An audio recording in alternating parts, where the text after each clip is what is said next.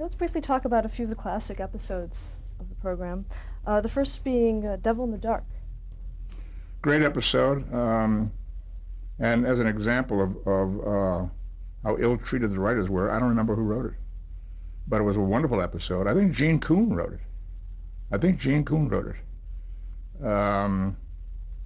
It was good classic Star Trek with a wonderful. It was a wonderful morality tale, and it worked extremely well. What can I say? We were called to a colony where some miners were having a problem. Some miners were extracting some kind of important mineral from mines below the Earth and below the surface of the planet, and they were being attacked by some kind of monstrous creature who was actually killing miners. And we discovered that they had inadvertently broken into the nest of a creature that had laid its eggs in there, a mother creature, a maternal creature that had laid its eggs in there, and they were destroying these eggs. So in an effort to protect her eggs, this creature was rearing up and killing a miner or two or whatever. When we discovered that, we worked out a detente between the creature and the miners so that they could work in concert with each other. The creature would actually help the miners find the veins of the mineral they were mining, and they in turn would respect her nest and her children. Devil in the Dark was the name given to the unknown. The miners didn't know what this was. They were terrified of it, and therefore they demonized it and attacked it. That's what that was about.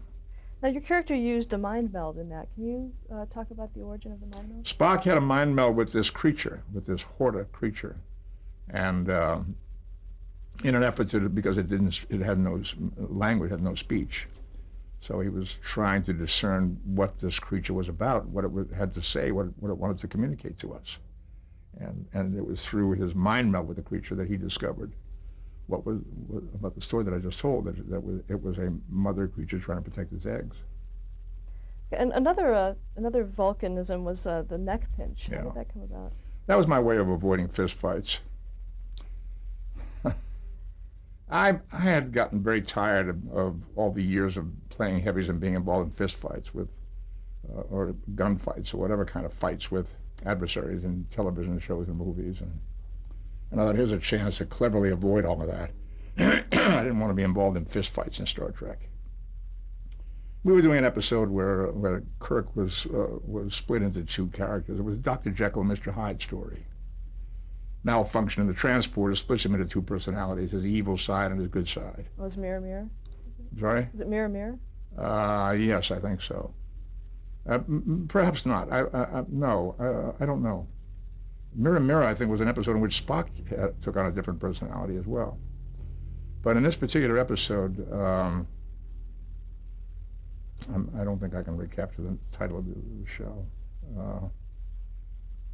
In any case, there was a confrontation between the evil and the good Kirk in one scene, and the evil Kirk has the weapon, and is saying to the good Kirk, "I don't need you. I don't need you."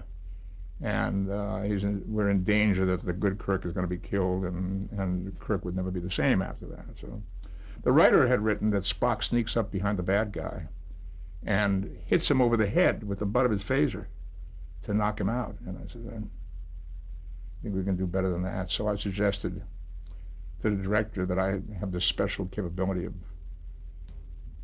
putting some energy into the human anatomy that would render a guy unconscious. And he said, well, let's see what it looked like. And I explained to Bill what I was going to do, and I came up behind Bill and I put my hand on his neck like that. And Bill sold that he froze up like that and dropped to the floor. And the Vulcan neck pinch was born. And I was out of fighting.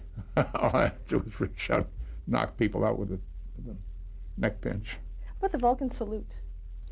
That came from my Jewish background. It's a gesture that's used in the priestly benediction during the Jewish services in synagogues.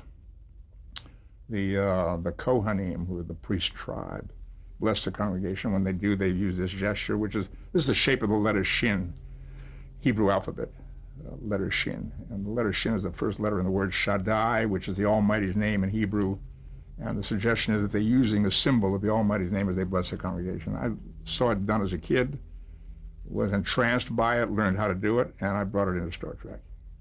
Was it known that's what it was? No, I didn't make an issue of that. We were doing a lovely episode written by Theodore Sturgeon, wonderful script called Amok Time, in which Spock has to be taken back to Vulcan. He insists on going back to Vulcan because he's going through this Pon farr condition, which is a mating condition, and he has to go back and fulfill a marriage betrothal that's been arranged since he was a child. We get back to the Vulcan planet, and we're confronted by this procession that comes out to meet us, and a very important matriarchal character being carried in a sedan chair, and I'm to greet her, and she's to welcome me back to Vulcan. I haven't been there in quite a while, and we're supposed to say hello to each other. And I suggested to the director that there should be some Vulcan thing that Vulcans do when they greet, like humans shake hands, or military people salute each other, Asian people bow to each other. We have rituals. What's the Vulcan ritual on a greeting? And I said, well, how about that? I said, okay. So I did that, and she did that, and next thing I knew, it was in the scripts, Spock with the Vulcan salute. You know, it caught on. Do you have a favorite episode? Favorite? Well, you just mentioned a couple of them. Devil in the Dark was wonderful. Amok Time was Theodore Sturgeon wrote us a very beautiful poetic script. He wrote "Live Long and Prosper" in that script. First time those words were spoken.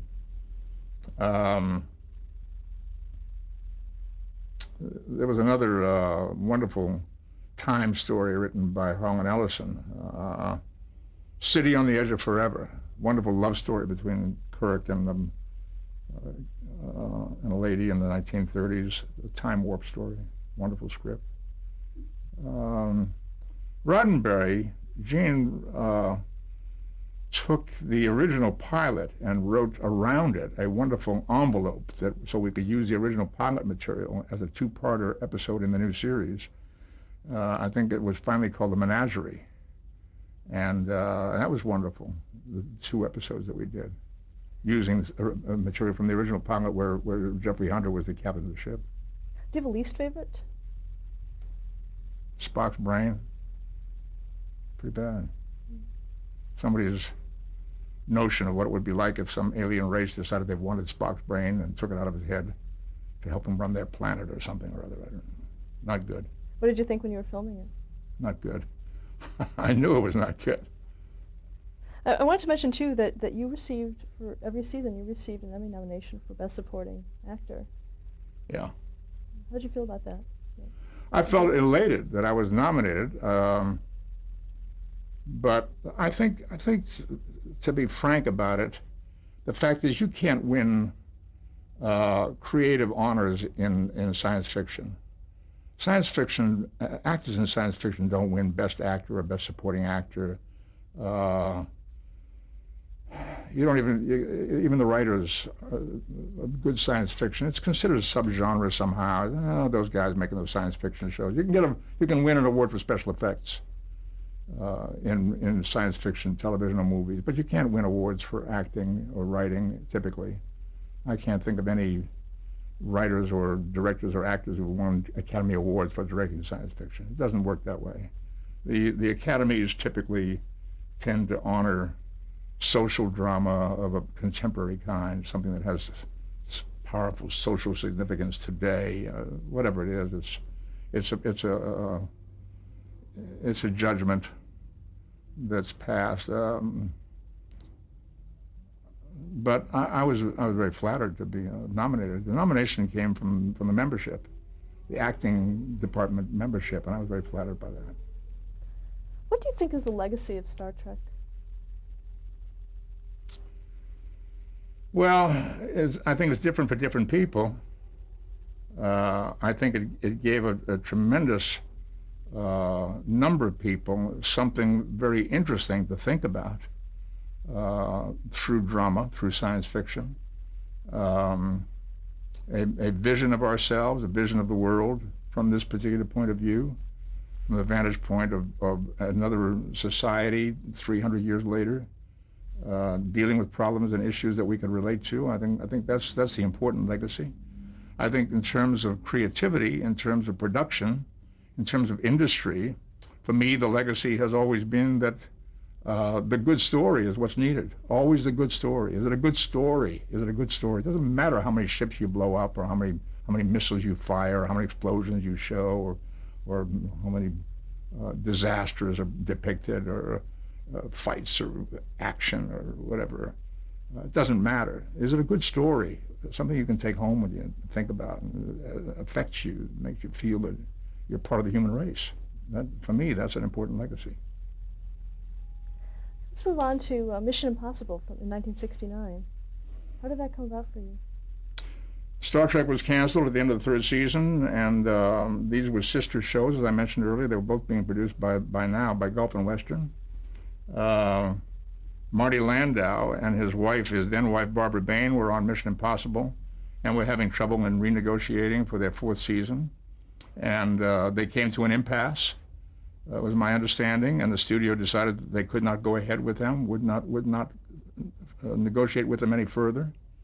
And the next thing I knew, I got a phone call from my agent who said that you were wanted for Mission Impossible. I've been out of work maybe a month off of Star Trek, and I was okay. I felt that I had a future.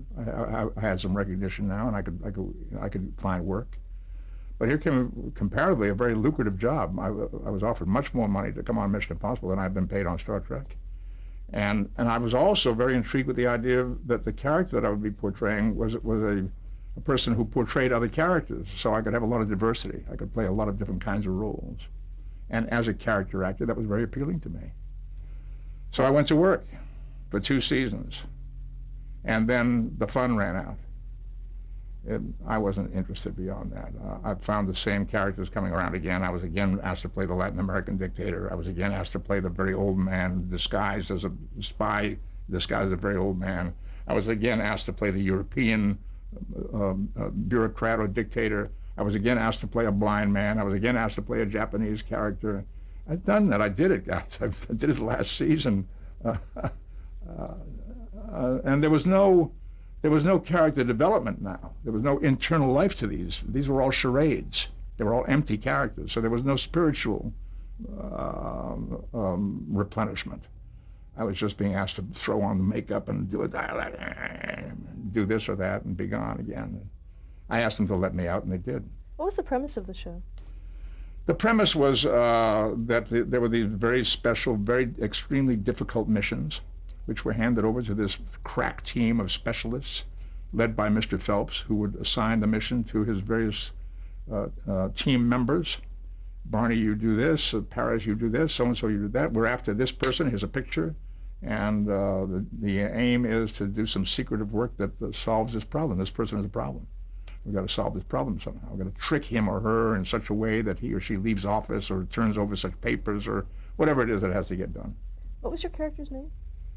My character's name was Paris. Was there any backstory to Paris? I wish there had been. No, backstory would have been helpful.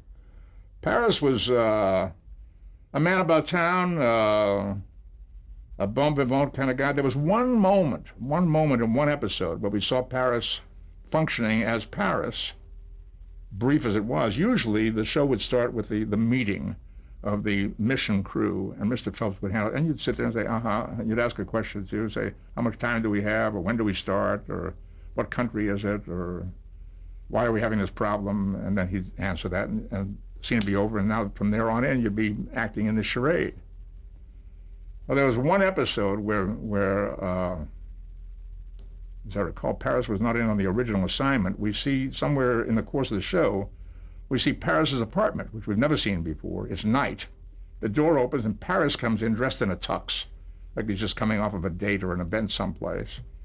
And as he walks in, the phone is ringing. He picks it up and answers the phone. It's Mr. Phelps asking him to come to work on an assignment. It was the most personal moment we ever saw of Paris in the entire 2 years I ever played the show. There was no internal life for Paris and no backstory.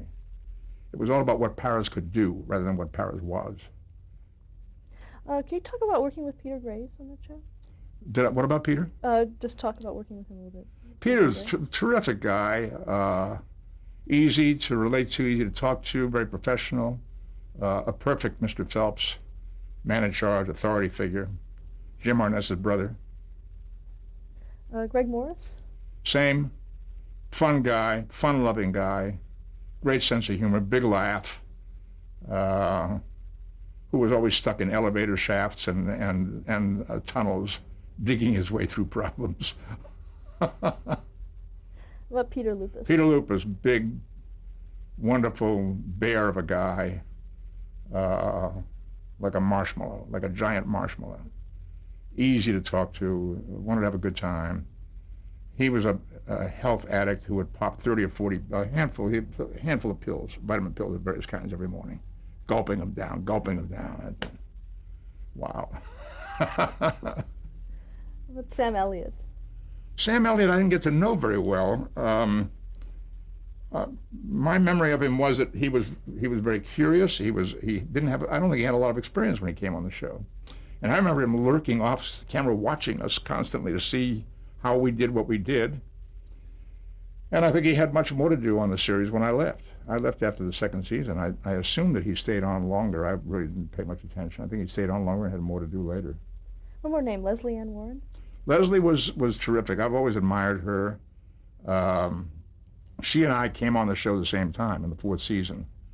And she left, I think, at the end of one season. I left at the end of two. She had the same kind of approach to acting that I did, so I felt kind of a kindred spirit with her. And we spent a lot of time talking ideas about acting and what we might bring to the show and whatever. We both had the same frustration on the show. She wanted an internal life, too.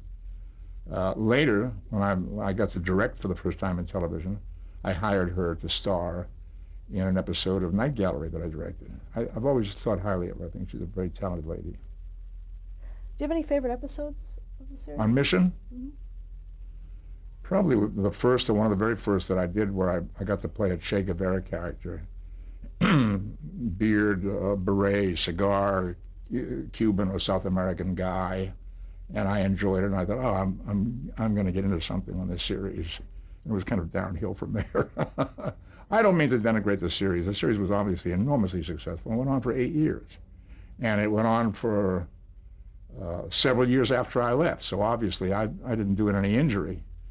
It survived very nicely without me.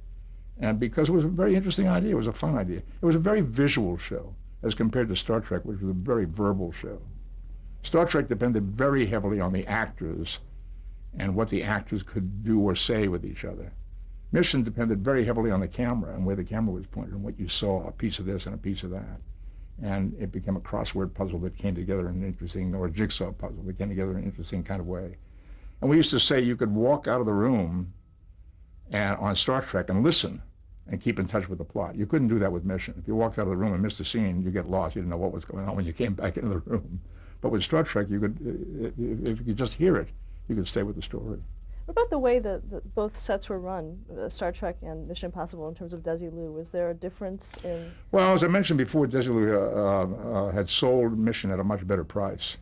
So they had a much better budget to work with and much more time. And they had 5 characters, as I recall, where a lot of the work was split. So if you were on Mission, you had a lot more relaxed time. With Star Trek, Bill Shatner and I, once the show got going, were in almost every scene. Once in a while, there would be scenes of he alone with somebody else or me alone with somebody else, but much of the time we were in everything. Whereas on Mission, I had a lot of downtime because the time was carved up amongst all these different characters. When they were shooting all this stuff with Barney in the elevators and in the subway tubes and so forth, you could sit in your dressing room and read and watch television, maybe take a nap to take care of other business, which at times was boring, but it was also restful by comparison. In 1971, you co-starred in your first television movie, Assault on the Wing. Yeah. How did that go for you? Not a very good experience. The script wasn't exactly right, and I don't think I was very good in it. I don't think I did a great job. I was playing the captain of a submarine under duress, under strange circumstances, and a guy with a problem. And that, I didn't handle that. I wasn't comfortable doing that. Something about it just didn't come together very well for me. The show was okay. We got it done, and I was the star of a television movie for the first time, but I wish I'd had something. I wish I'd been able to do something better. Then in 1972, you began directing. It was called Assault on the Wayne, and the joke was, who would assault John Wayne? You know? The Wayne was the name of the submarine. So in 1972, you began directing. 72, yeah. 72, I signed a contract at Universal Studios for a year. The intention was to work there doing guest starring roles, and my hope was to start doing some directing. And in fact, they had hopes of developing a television series for me to star in. And the most exciting thing for me was that I did start directing there that year. I did guest starring roles on Columbo and 2 or 3 other shows. I did a television movie with Henry Fonda, which was a big kick because I was a fan of his. I did 2 or 3 other things. I did a couple of night galleries, acted in a couple of night galleries. I turned down a lot of stuff, which made the studio very unhappy with me because they were wondering how to get the money's worth out of me. They were paying me a weekly salary. And I went to Sid Sheinberg, who was the head of the studio, and I said, I came in here as a well-liked, popular character actor. I could go out of here as heavy of the year. You're asking me to do a heavy in every series. They had 8 or 10 series on the air, and they were offering me these heavies in each of these shows. A couple of them were interesting. Columbo was always fun to do, and good people came on to play the heavies. But a lot of the others were just bad people, you know. And I had done so much of that in my earlier years. I wanted to put that behind me. And Gene Roddenberry was hired to come in and develop a television series that I was supposed to star in. And I'm going to cut right to the chase here. When the time came to cast it, at the end, they cast somebody else. I was relieved, frankly. I didn't want to be there. I didn't want to do another series. He did a pilot for something called the Questor tapes, I think. And I was shocked. They were developing the makeups for me, the wardrobe for me. I saw the sketches in the wardrobe department and the makeup department based on my shape, size, face, and so forth. Days before we were supposed to start shooting, I discovered they had hired Robert Foxworth to play the part. To this day, I swear to you, I don't know exactly what happened. Gene said that he was the producer, and they called him, and the writer, and they called him one day and said, we'd like to show you some film. And he said, he went to his screening room, and they were looking at film of different actors for this role or that role. And he said to me, they showed me some footage of this actor, Robert Foxworth, and they said, what do you think of him? And I said, I liked him. The next thing I knew, they had hired him to play the lead in the show. I thought, Gene, really? You know? But that's the story he told me. And I was relieved. I said, thanks, I'm out of here. I wanted to go off and do other things. Well, in 1972, you directed a night gallery. Night gallery, yeah. Was that your first directing? First time directing for television, yes. Yes. The producer, again, was a guy who had a track record of starting directors. And I was given a very lovely script called Death on a Barge, which was really a Romeo-Juliet story told in vampire terms. The girl is a vampire, we discover, and dangerous. And her father knows that she's a vampire and keeps her on this barge because the barge is surrounded by flowing water in a drainage canal. And a vampire cannot cross flowing water. So he feels he's got her safely locked up on this barge. Young guy comes down to the dock and sees her, and they start conversing. He's on the dock, she's on the barge. They fall in love with each other through conversation. And eventually one day, the young guy comes to talk to her and discovers that the barge has been canal had been drained. The water's gone, and she's out somewhere, and she gets off and kills somebody. But he's still very much attracted to her and ends up going on board the barge to have a private moment, private experience with her, which turns disaster, or he almost bites the dust, and the father comes in and drives a stake into her heart. That's the end of our vampire Juliet, you know. I had a lot of fun doing it. I had a great time. You worked with Jack Laird, as the producer? Jack Laird was the producer. The script was poetry. It was a very good script. And he gave it to me to read, said, tell me, I had approached him several times, said, I want to direct. And finally he called me one day and he said, come on over, and he handed me a script, and he said, go read this and tell me what you think of it. I came back, I said, it's great, I love it. He said, well, you should, it's a good script. And he gave it to me to direct. The cameraman on the series was very helpful, was a man named Jerry Finnerman, who had been our cameraman on Star Trek. So I knew him, and I went to him, I said, Jerry, I'm going to get to direct an episode. He said, great. So I knew I was in good hands with him. He was going to be helpful. Did you get to meet Rod Serling at all? No. Had you ever met him in your career? No, never. In 1976, you hosted In Search Of. Yeah. How did that come about for you? Sheer luck. I had been hired by another company to do a pilot for a similar series called The Unexplained. And they had me under exclusive contract for a period of time during which they had the opportunity to sell that series off the pilot that we had done. It was very different in style. It was a sit down with guests kind of talk show with some footage that would be thrown in, but I was essentially interviewing people who had supposedly interesting experiences. I interviewed a young guy who claimed to have been abducted on a spaceship, by aliens, and had one of those experiences. So I did the pilot, and then during the selling period, my agent called me and said, "We're getting calls from this other company that has a series called In Search Of, and they want you. But I've told them that they can't have you for a while at least because you're tied up with this unexplained contract." However, he said, they know what the due date is that that their selling period expires, and they lose their option on you after a certain date. And sure enough, the day after, they didn't sell the show, and the day after the option ran out, bang, they called and hired me to do In Search Of. So it turned out to be a very lucky break for me. I had a lot of fun doing the show. The subject matter was fun, sometimes very interesting and sometimes just fun. And we did 7 years. I thought 2 or 3 seasons max. How many times can you do Bigfoot, hypnosis, alien abductions, extrasensory perception, faith healing? You can name the titles with 2 hands. We did 144 episodes and had a wonderful time. Now, what was your involvement? Did you actually go on location? I went to very few locations. The show was engineered in such a way that they made very good use of my time. I could shoot the location stuff for 5 shows in one day. During the period of time that we were making that show, I was doing a lot of stage work around the country. One period of time, I was 6 months on Broadway in a production of Equus that I was starring in. And during that period of time, about once a month or every 5 or 6 weeks, they would come to New York on my day off. We'd start out with a camera crew at about 8 o'clock in the morning, and we'd go to, maybe there'd be a gray mansion someplace in the city in Manhattan, and there we'd shoot up against the wall and staircase some story about an English ghost story, a haunted English castle.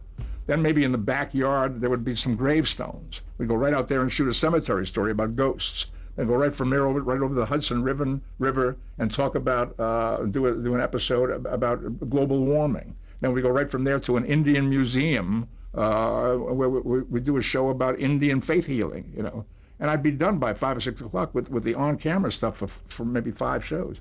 The next day or two, I would go into the studio and do the narrations, and I was very fast at it.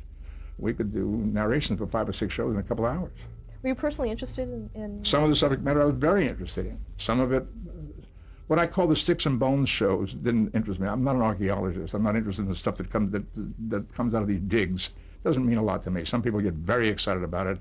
Doesn't mean a lot to me. But I was very interested in extrasensory perception. I was very interested in hypnosis. I was very interested in supernatural phenomena, metaphysical stuff. I was curious about it. And occasionally we did biography kind of stories that fascinated me. And I directed occasionally and had a good time. Let's stop here to change the tape. Perfect.